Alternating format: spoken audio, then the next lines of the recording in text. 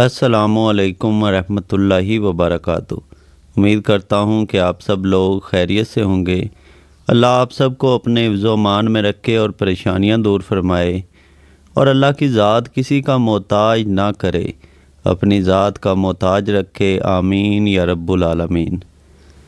ہاتھوں کی انگلیوں پر پڑھا جانے والا ایک خاص عمل جو کہ ایک اللہ والے کا بتایا ہوا ہے۔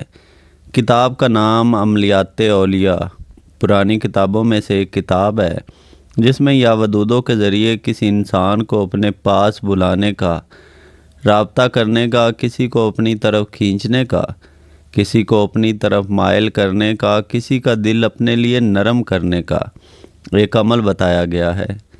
اس کو خاص طریقے سے پڑھا جاتا ہے۔ ہاتھ کی انگلیوں پر پڑھا جاتا ہے، دائیں ہاتھ کی انگلی پر اسے پڑھا جاتا ہے۔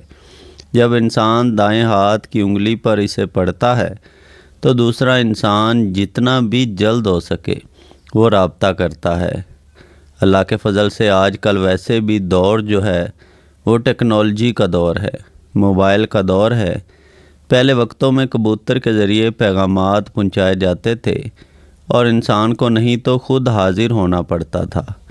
محبت کے تمام معاملات کا تعلق انسان کے دماغ سے ہے۔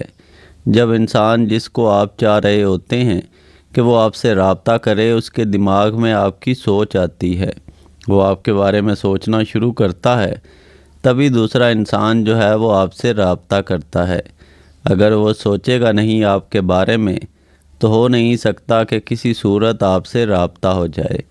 تو اللہ کے فضل سے اس عمل کو جب کیا جاتا ہے تو یہ اس انسان پر بھی اثر کرتا ہے جو انسان آپ سے روٹھا ہوا ہو اور ناراض ہو، بات چیت بند کی ہو، چھوڑ کے چلا گیا ہو، بالکل رابطے ختم ہو گئے ہوں، تو اللہ کے فضل سے وہ انسان آپ کے دوبارہ رابطے میں آ جاتا ہے۔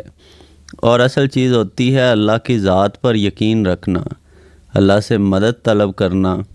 جب اللہ سے مدد طلب کی جاتی ہے تو اللہ کی ذات کبھی مایوس نہیں لوٹاتی۔ صرف وہی لوگ خالی لوٹتے ہیں جو اللہ کی رحمت سے مایوس ہو گئے ہوتے ہیں۔ کبھی بھی اللہ کی رحمت سے مایوس نہ ہوں۔ انشاءاللہ وقت بدلتا ہے۔ اس وقت رات ہے تو انشاءاللہ اس کی صبح بھی ہوگی، صبح ہوتی ہے تو رات بھی ہوتی ہے۔ وقت بدلتا رہتا ہے، اللہ کی رحمت سے کبھی مایوس نہیں ہونا چاہیے۔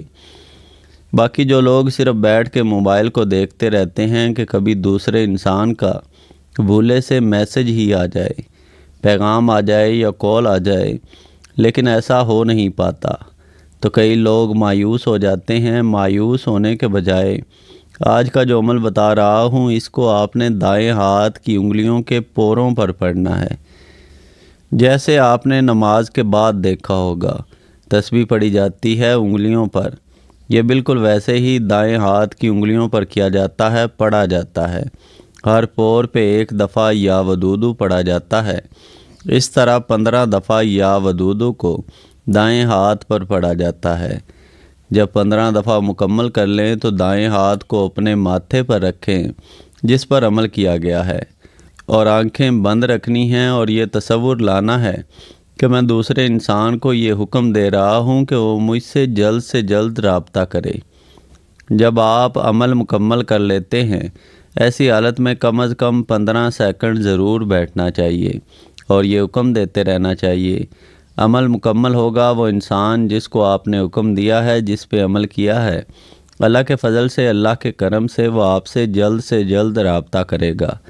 ناپاکی میں عمل نہیں کیا جاتا۔ تمام عملیات کی طرح باوضو ہو کر کریں، تنہائی میں بیٹھ کے کریں، کسی کے سامنے یا کسی کو بتا کے نہ کیا جائے تو زیادہ بہتر ہوتا ہے۔ اس کمرے میں کرنا، اس جگہ پہ کرنا جہاں شور شرابہ کم ہو تو عمل زیادہ فائدہ دیتا ہے۔ پھر بھی کوئی چیز سمجھ نہ آئے تو سوال و جواب والی ویڈیو چینل پر موجود ہیں، وہ ایک دفعہ ضرور دیکھ لیں۔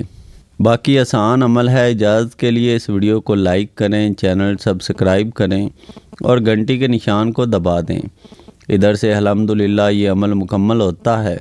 کتاب میں بھی ایسا بتایا گیا ہے اور آج تک جس کو بھی دیا گیا ہے اس نے بالکل یہی کہا ہے کہ 3 منٹ میں انسان رابطہ کرتا ہے اور فائدہ اللہ کے فضل سے ضرور ملتا ہے۔ فائدہ ہوا کریں تو اللہ کی ذات کا کبھی بھی شکر ادا کرنا نہ بھولا کریں، باقی وہی ذات ہے فائدہ دینے والی۔ دعاؤں میں ضرور یاد رکھیں، اللہ سب پہ فضل فرمائے، سب پر رحم فرمائے، سب کی نیک حاجات پوری فرمائے۔ جو بھی اس چینل پر کسی بھی نیک حاجت کے ساتھ آیا ہے، پریشانی کے ساتھ آیا ہے، اللہ اس کی وہ نیک حاجت پوری کرے، اللہ سب پر رحم کرے، سب پر فضل کرے، سب پر کرم کرے، آمین ثم آمین۔